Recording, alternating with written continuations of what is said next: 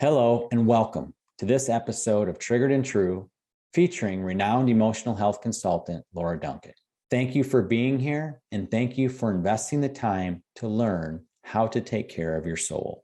If this podcast sparks any questions, feel free to submit a question by going to triggeredandtrue.com, scrolling to the bottom of the page and clicking Ask. If you would like to learn more about Laura Duncan, we encourage you to follow Laura on Instagram and Facebook. Also, a great resource for you to consider is the Compassion Method Master Course. This course is a deep dive into Laura's life work, the Compassion Method. The Compassion Method is a process that empowers you to learn to see and comfort your internal pain and to discover your true self, that beautiful, wonderful part of you that has been there all along, but has simply been covered up. To obtain the master course, go to compassionmethod.net. And as a podcast listener, you qualify for a $50 discount that can be obtained by typing in the coupon code podcast50. Again, that's compassionmethod.net, coupon code podcast50. We hope you enjoy this episode. All right. Hello and welcome everybody to this edition of Triggered and True with myself, Brian Freise, and Laura Duncan. How are you today, Laura? Doing great. Trying to figure out all these systems. It's great. Yeah, we have a slight technical problem today, but we decided to record anyway. So if Laura's voice doesn't sound as crystal clear as normal, that's why. And we'll have it rectified for our next recording for sure. So today we're going to be talking about forgiveness. And we know that forgiveness is a good thing. And many of our faith practices tell us to forgive. Our parents, oftentimes with a stick in their hand, told us to forgive when we were little kids. And also what we know about brain science and just kind of in the medical community, the impact on the brain, that forgiveness is a good thing. Actually, one time, many years ago, a guy told me that unforgiveness is like drinking poison and hoping the other person gets sick. That's a good definition. Yeah. With all of that said, though, Laura, we know how important forgiveness is, all that stuff. You don't recommend it. Yes, right away. Right away. Forgiveness. Yeah. Yeah, you're against forgiveness. Yeah. You just don't recommend it. Yeah. No, I'm not against forgiveness, but the traditional way that most people forgive, excuse me, is very counter to the compassion method process. Meaning that we're, like you were even saying, like our parents potentially wanted us to forgive, say sorry. And we went through that ritual, we went through those motions, and we said what we were supposed to say. And we did it because we were taught that's what you're supposed to do. But if you've ever been in the process of forgiving someone, especially from a very traumatic moment, you're going to probably repeatedly be forgiving them. You might have got kind of the same revelation that Brian's friend got, that if I am not taking care of myself through forgiveness, then I'm going to hurt myself. I'm not going to hurt the other person. That's really, unforgiveness hurts you. It doesn't hurt the other person. But what ends up happening is, because we're not properly taking care of the wound behind the unforgiveness, we end up repeatedly having to forgive, because every time we get triggered, that wound resurfaces and we're right back where we were at before when we were experiencing the trauma. You know, just saying the ritual and the words of I forgive this person is not going to work. And a lot of different models will just have people kind of almost rotely go through, I forgive my mom, I forgive my dad, I forgive so-and-so. And it just ends up being more of a ritual than actually a heart connection. One of the things that I've heard you say is that a lot of times time is connected to our trigger. So if we were raised in in a scenario where we were raised to you need to forgive right away, time, if you were to say, you know what, I can't forgive right now, and I'm not going to force my heart to do it because mom and dad or whoever's telling you to do that, nothing forced lasts. Because if I force it, I'm just going to have to maintain that force like all the time. So how do you help people in the in-between? It's not going to be a surprise, but through compassion. So what compassion does in the process of forgiveness, it sits with our wound, it sits with our pain until we feel safe enough to forgive. So what I look at it is like, it's like a waiting room that we're in. So we had the trauma happen. We're being re-triggered and having that wound compounded usually. So more events come up that mimic the previous traumatic events that cause us to get stuck in that, because we have that reinforced story with that person. So let's just say it was a dad that hurt us when we were a child. And then we grow up and we go to high school, and that same dad hurts us again. And then we go to college, and then we get married, and then we continue our life. But every time there'll be an event that'll compound it. And so when we're in those places and we are in that in-between process, it's like a waiting room between being able to recognize our pain, get comfort, let go. And that let go is the forgiveness. But there's that in-between place, which is called comfort and compassion. And until we bring comfort and compassion, we can't jump from recognizing our pain with that person to letting go. It doesn't work. You have to have compassion in between, because compassion allows us to be with ourselves in that trauma, in that pain, in that potentially compounded pain, in order for us to be able to truly forgive from a place of being okay. Once I've received proper compassion, I'm going to feel okay, which is clear-minded, tender-hearted in that peace. So really what you're saying, without this step, what we call forgiveness doesn't really have a lot of depth to it, right? Even if you do it so genuinely, even if you believe it so much and you want to forgive so badly, you really can't until you've received compassion and comfort to heal your heart, to truly be able to let go.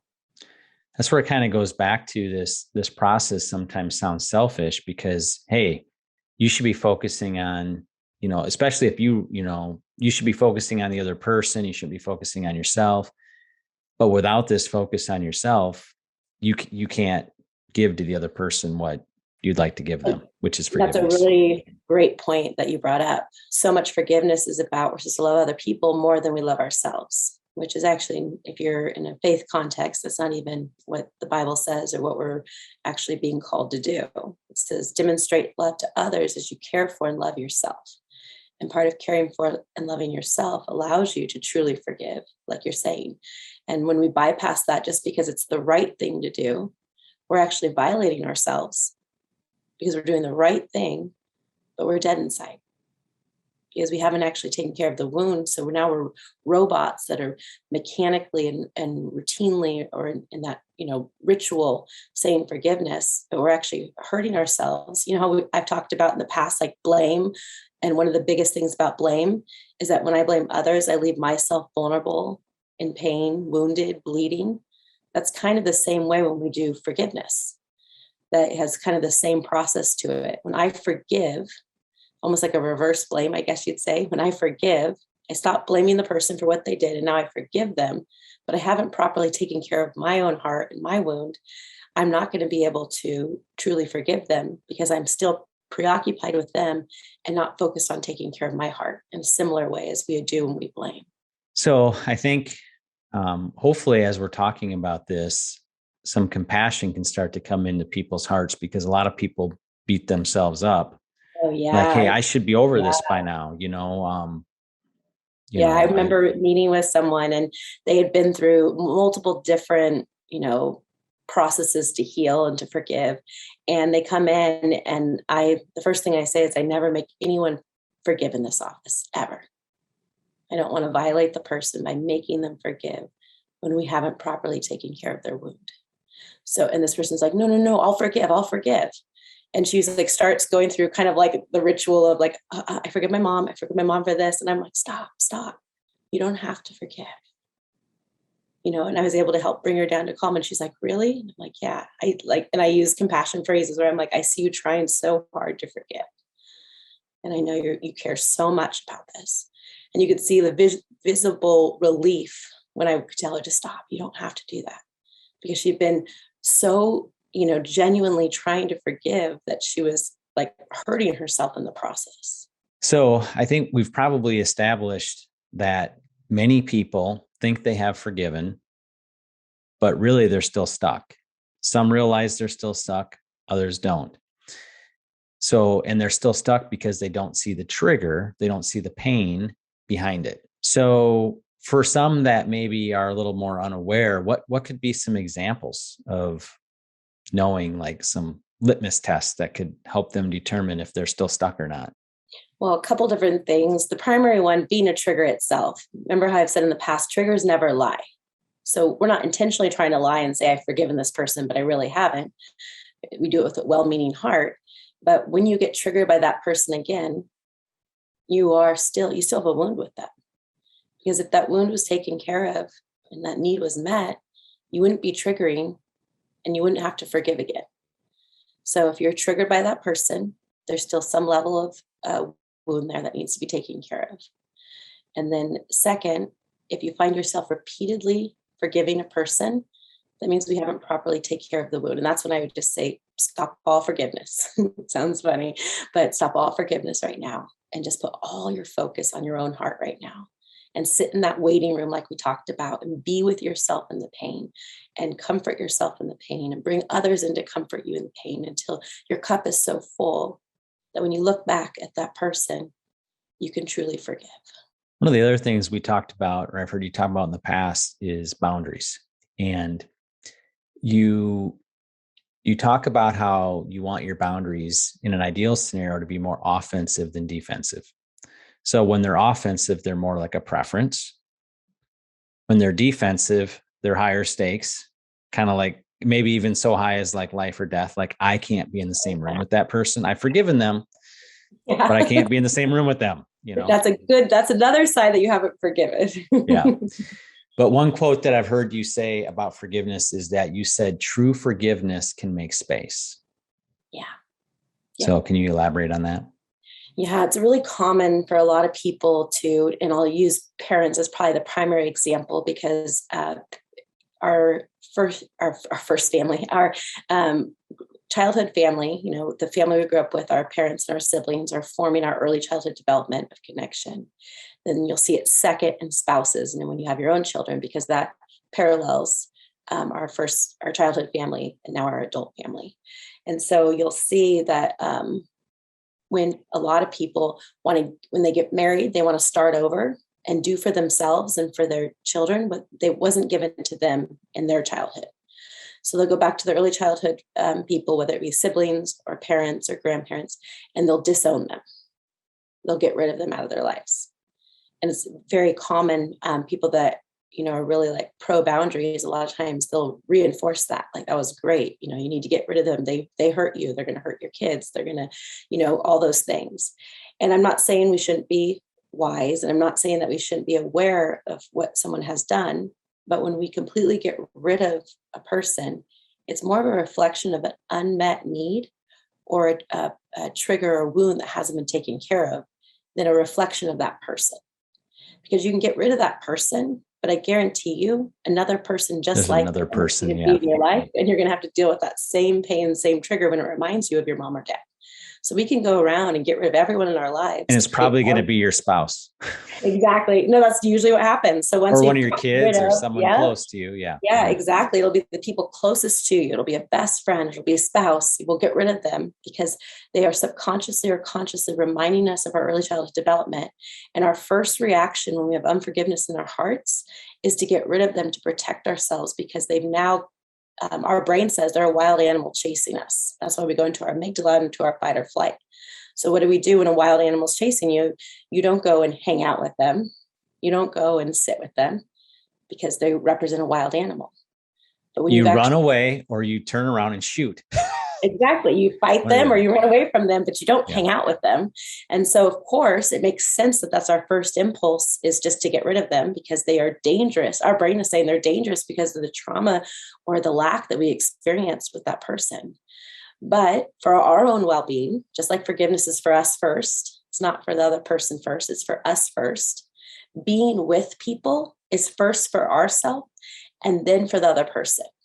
So what I've done in my personal life, when I've recognized that I have unforgiveness with someone, which really means I have a wound that hasn't been taken care of, I'm going to focus my attention on the wound by purposely being in that situation. Or even if I'm not technically with that person, I will picture myself being with that person and I'll allow those triggers to come up on purpose to be able to take care of that wound live with that person. So I consider it an opportunity to actually move towards the person triggering me, because that's actually going to care for my heart in such a powerful way, versus try to get rid of that person to protect my wound. So it's against what our normal, natural response, our instinct says run. But actually, if we can push through with using the compassion method, we can actually be with anyone. So I'm kind of having this picture of like a marathon runner training for a marathon. And when I've ran long distances, there's this point where there's like this breaking point where it gets like really, really hard. But then once you get past through that, it kind of gets like light and airy and runner's high and all that stuff. So what you're talking about is that friction point, maybe at about like mile 13. Oh, yeah. Mile yeah, 13. And it's hard. It's like you have to when I did it personally, how I would describe it. That's such a great analogy, Brian. But how I would describe it is like everything in me wants to run. Like you can kind of start feeling like your skin crawling kind of with the person, because like everything in you is just like, I do not want to be in this moment. And it's definitely like that, because I first started out with intentional, I'm going to take care of my trigger by being with this person. So I was kind of gung-ho like you would in a race where you're like, okay, I got this. I've been training for it. I've been doing the remote control exercise. I've been applying compassion. I've been with my child self. I've been doing all the work and I'm like ready. But then you like get into the actual live scenario with the person, and about mile 13, after you've been there, been home for the whole weekend, and you're hitting, Sunday morning, and you're thinking like, I can't believe Laura told me to go sit with my family, sit with my parents. I just want to run away.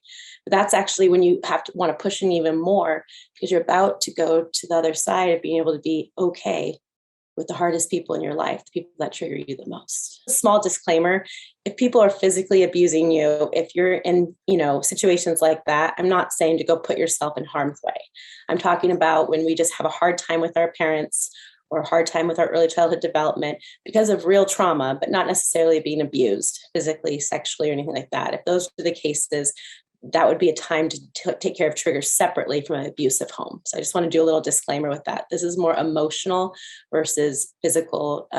Physically, if we've experienced physical or sexual abuse, this is more if we've had emotional things happening that we're facing. If you're going to be in harm's way by going back into the atmosphere, I'm not saying to go back and do that. Yeah. But I would still recommend taking care of the pain for your own heart, because that still needs to be taken care of, whether you're physically with that person or not.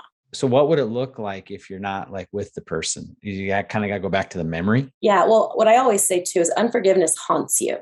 A wound not cared for haunts you.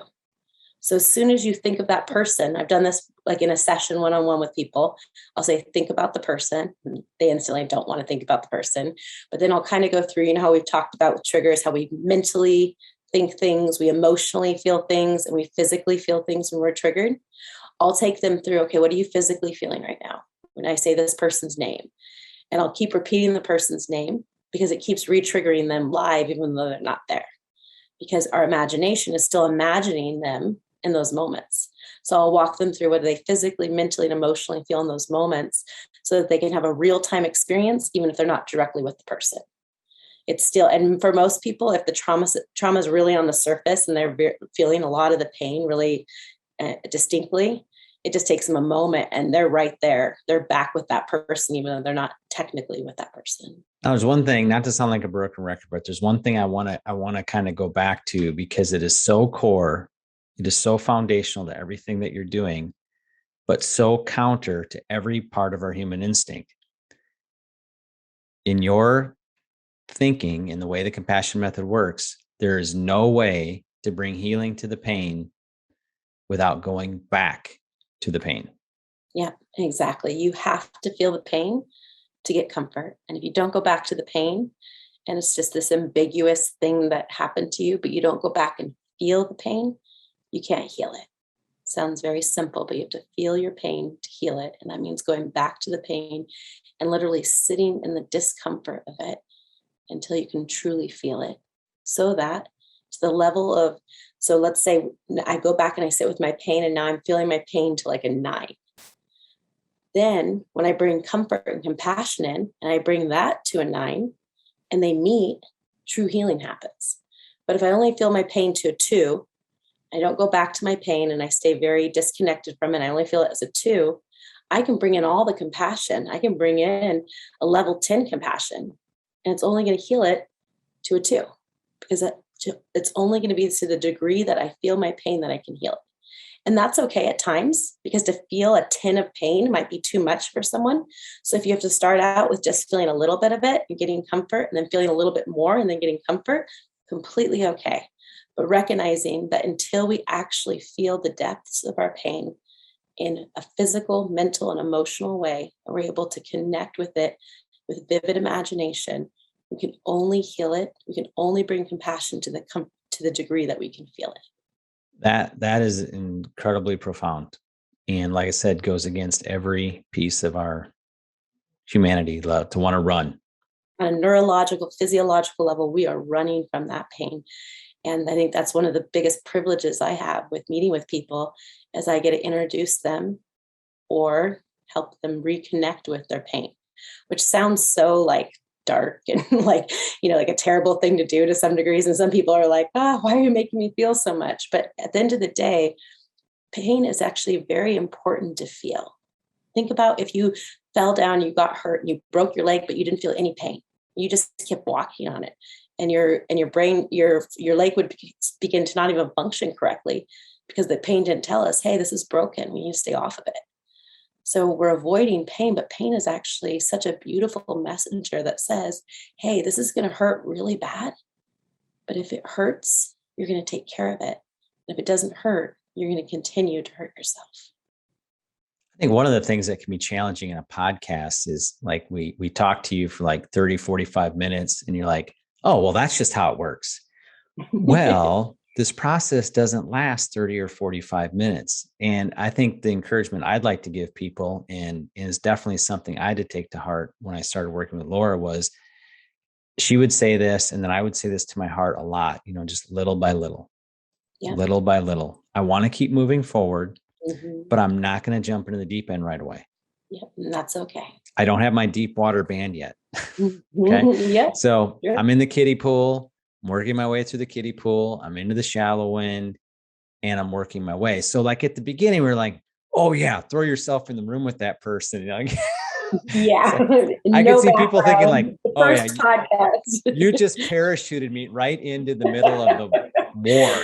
Yeah. And I have gone through any basic training yet, No, I totally agree with that. You want to do that pre-work ahead of time, that your heart is taken care of before you address it. But once it's taken care of, and it doesn't have to be perfectly taken care of, but acknowledged, some level of comfort, then we can face those potential difficult relationships to stay present in. And I think it highlights another thing, that the compassion method isn't a thing that you kind of learn and you check off. It is a lifestyle. It is a lifestyle that you will use, I believe, probably for eternity. I don't know what that looks like, after this earth, but that's for another podcast maybe. But this is something, as long as you're on this earth where there's so much pain, that you will be constantly learning to comfort pain. Now, that doesn't mean you're not going to make huge strides, and that doesn't mean that you're not going to live a better, fuller, richer life like every day, because you're going to. It's not like you're stuck. It's just that as long as we live on this earth, there's going to be pain. Exactly. Yep. Yeah. And people ask me, and I think I've said it on a previous podcast as well, but people ask me, well, do you trigger? And I'm like, yep. And I'm so thankful I do. I hope I trigger for the rest of my life on this earth, because every time I trigger, it exposes the wound so I can get comfort. But I can say from personal example that her triggering is a lot different than my triggering. So it does happen fewer and farther between. And my triggering looks a lot different today than it did 3 years ago. That's true. That's a really good point, Brian. Yep. It's definitely a lot different. Yeah. Yeah. It's just, but still doesn't look like Laura's triggering. So. Yeah, it does. It does take definitely time and applying and connecting, but it is very much an important thing to keep triggering so we can continue to connect to our hearts. One thing I would like to bring up too is I would like to talk a little bit about shame.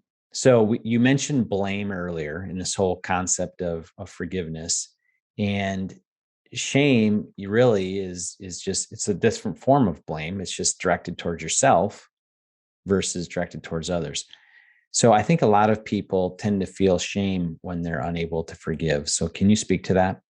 Yeah, especially in religious circles or even health circles, you're hearing all this data and you're, hearing these messages and they're all telling you you need to forgive. And some can be even a little bit more forceful and you need to forgive or you're not going to be forgiven. And so there's this high pressure to forgive. And so we create this shame that says, I am not just I'm doing a bad thing by not forgiving or making a mistake in not forgiving. I am bad because I can't forgive.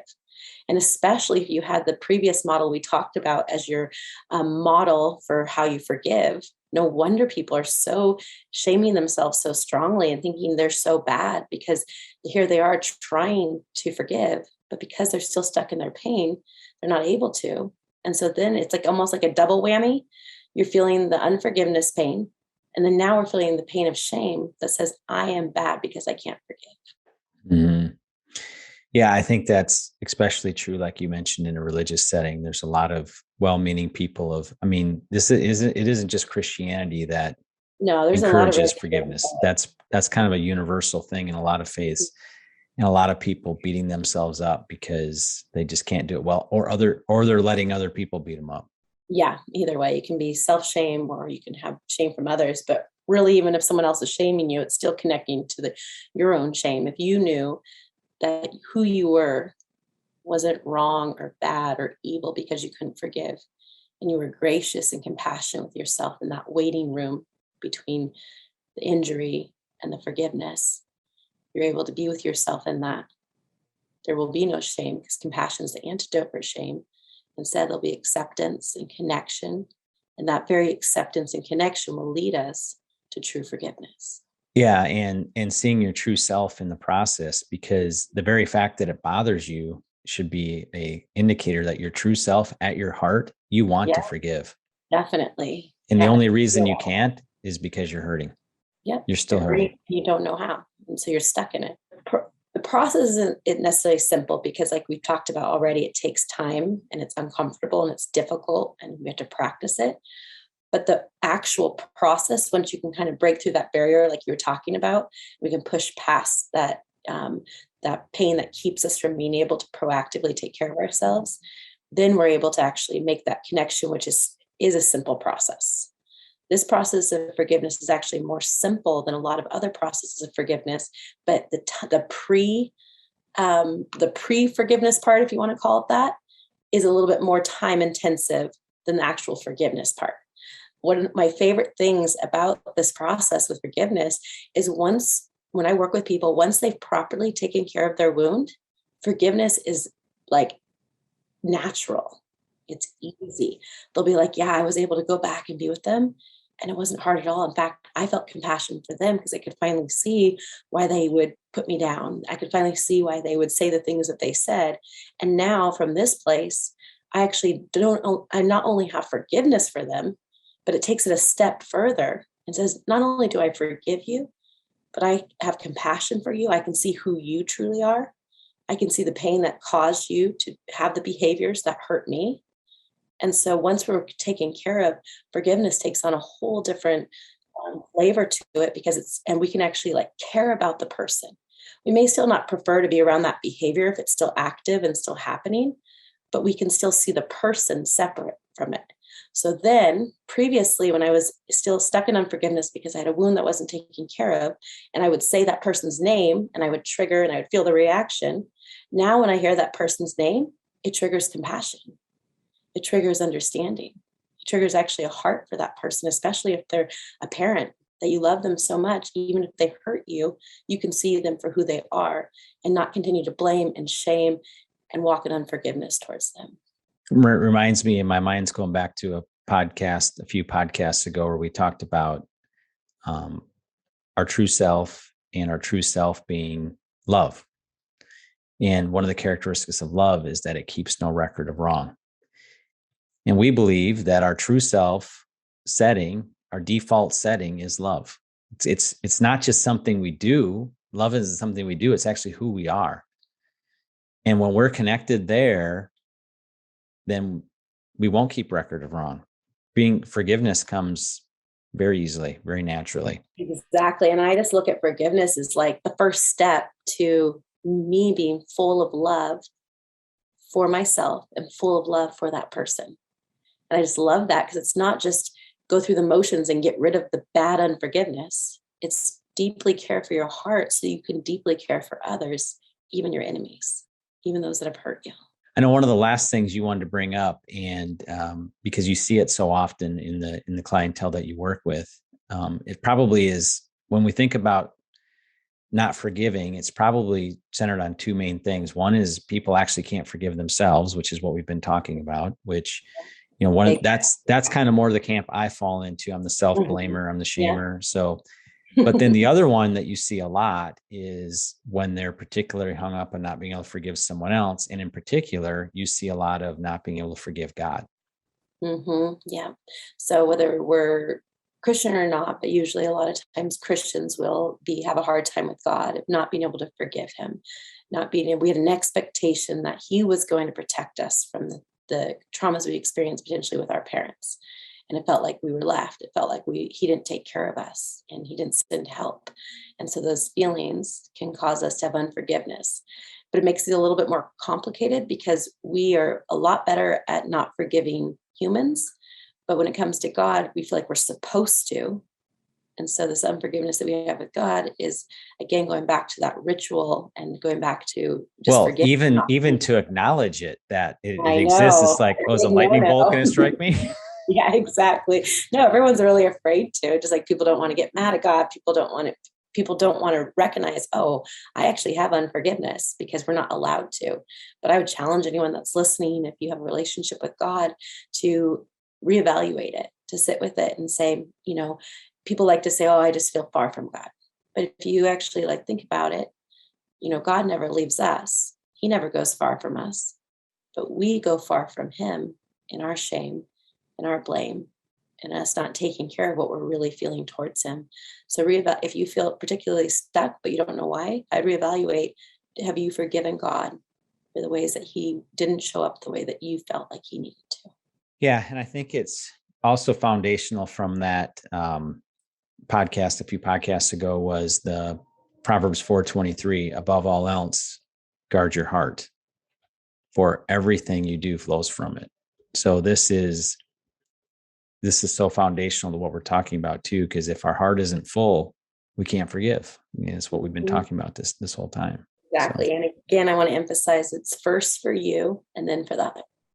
I even say, whether you have a relationship with this person or not, that's not really what this is about. This is about you forgiving for you to take care of your pain.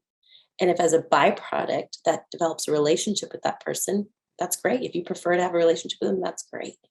But you do not have to be in a relationship with someone to forgive them and to have compassion for them and to be able to actually truly forgive. Yeah, you may go through this whole process and be like, you know what, that person's just not fun to be around. I'm not going to do it. And that's your preference.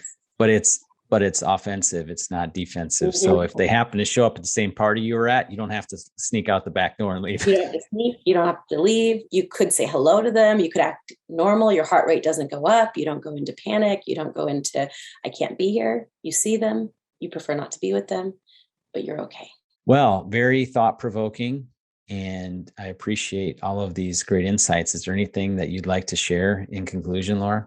A lot of what we've been talking about of just being patient with yourself. If we all have villains in our life, and if you have maybe even more than one villain in your life and you feel overwhelmed by or if the villain's yourself, or the villain's yourself, it's a popular one for sure. But if you feel like, oh, I just have too much, there's too many people, there's too much, that it just feels overwhelming. Be patient with yourself. Pick one person and spend a month just taking care of the pain that person caused, and being able to get to a place that you're very full before you even have to step into recognizing if you're ready to let go or not.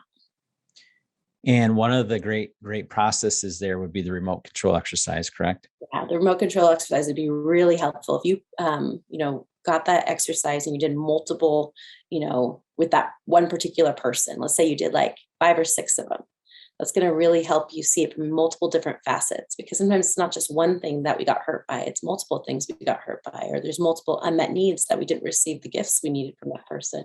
So just taking time, being patient with yourself, not rushing, not shaming, and just giving yourself the time and space. For many of us, this pain happened in early childhood development, and we've been actually dealing with this pain for 20 years, 30 years. You're not just going to instantly overnight be able to take care of that pain. It's going to take time. Yeah. Just remember the words that keep ringing in my brain too, that you've said before, little by little. Little by little. And think of it like filling up a cup. Every time you take more care for your heart, every time you bring more compassion, every time you bring more love, you're filling up that cup. And if it's just 1 ounce at a time, that's okay. But I guarantee you, by the time you get to that cup starting to get more and more full, you will naturally let go. And it's kind of interesting. I've had people not realize they didn't even know when they actually forgave them. Like we have like this moment that I'm like, I forgive so-and-so. They're like, I just realized one day when their name came up or I saw them, I was totally okay. I had let go. And they didn't even actually have a moment they let go. It just was a continuing filling up that naturally let go without them even realizing it. So I would say homework for everyone. If you haven't listened to the remote control exercise podcast, that would be a great place to go back to next. Or if you have and need a refresher, head back to that one. Yeah, pair it with this podcast of forgiveness, and it will really be able to help you take care of some of that pain. Yep. And help you put everything we've talked about today into actual practical practice. Yeah. We'd love to hear any of your forgiveness stories. I think it's really powerful to hear those stories. If anyone wants to shoot us an email about that, I think that'd be great. That's a great point. We have the question where people can ask questions. Yeah. And, but if you want to share a positive experience, testimony type thing, do that too. And then if you're okay with us sharing it, we obviously won't share your name. Let us know. Yeah, we would love to share that. I think it really inspires people, especially if they're in the in-between and the waiting, to hear that other people have crossed over to the letting go, forgiving. Mm-hmm. Exactly. Well, thank you everyone for joining us. And until next time, goodbye. Thank you again for joining us for this episode of Triggered and True. We hope that you enjoyed it. As a reminder, if you would like to ask a question, go to triggeredandtrue.com, scroll down to the bottom of the page and click Ask. And if you would like to learn more about the Compassion Method, be sure to check out the Compassion Method Master Course, which can be purchased at compassionmethod.net. And as a podcast listener, you qualify for a $50 discount, which can be obtained by typing in the coupon code podcast50. Again, that's compassionmethod.net, coupon code podcast50. Thank you again. Goodbye.